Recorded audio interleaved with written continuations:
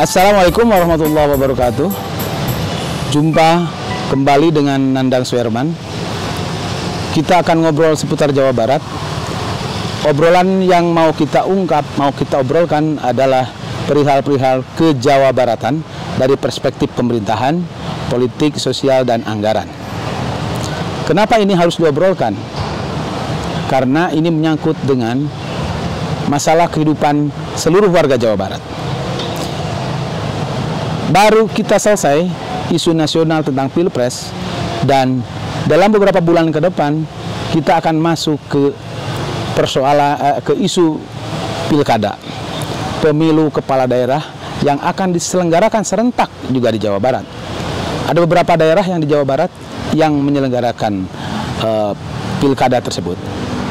Selain itu juga, sebelum masuk ke pilkada, kita ingin melihat potret Jawa Barat hari ini dilihat dari apa? Dari indikator makro yang sudah dikeluarkan, yang sudah diukur oleh pemerintah. Apa itu ukurannya? Yaitu indeks pembangunan manusia. Dan turunannya bisa dilihat nanti dalam indeks pendidikannya, indeks kesehatannya, dan juga indeks daya belinya.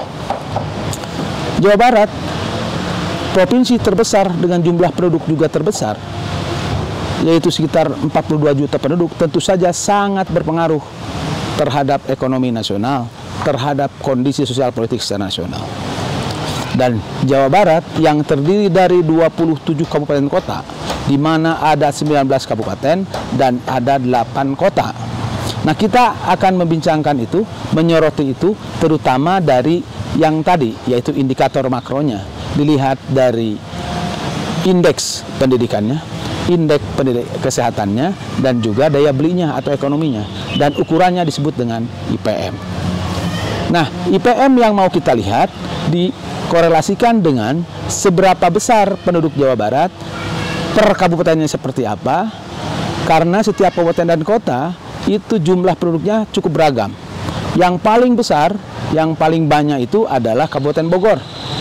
Itu jumlah penduduknya lumayan besar. Dan yang paling kecil yaitu di Banjar yang bentuk kota.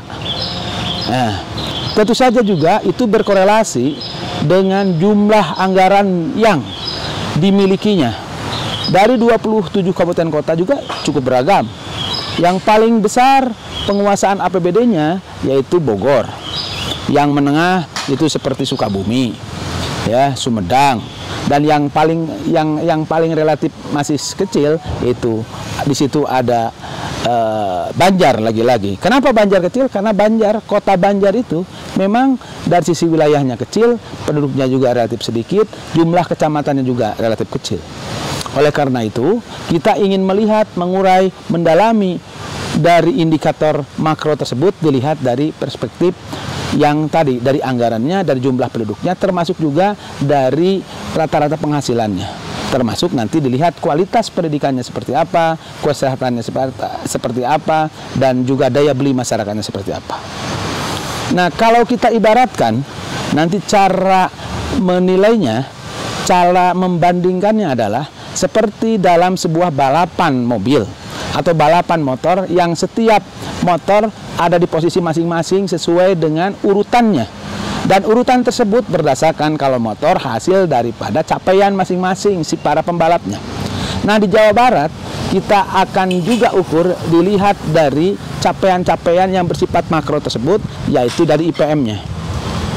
Mana kabupaten kota yang paling tertinggi IPM-nya dan mana yang paling terendah. Mana yang paling besar APBD-nya dan mana yang paling terendah.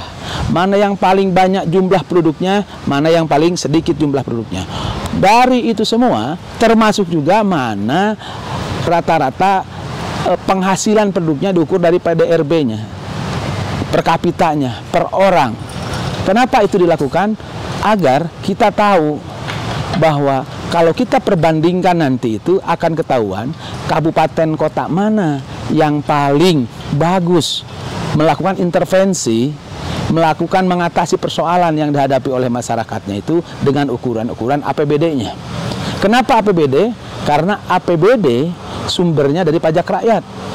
Dan kita sebagai pembayar pajak tentu saja harus tahu sumber-sumber pendapatannya dari mana, dibelanjakannya bagaimana dan untuk apa, dan untuk menyelesaikan persoalan apa, dan hasilnya bagaimana.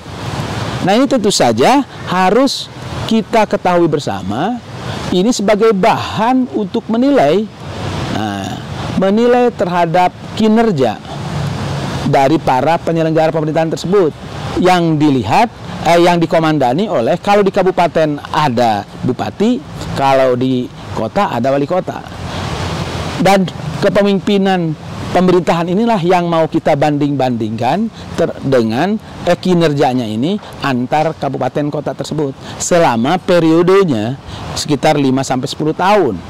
Kenapa ini penting diperbandingkan?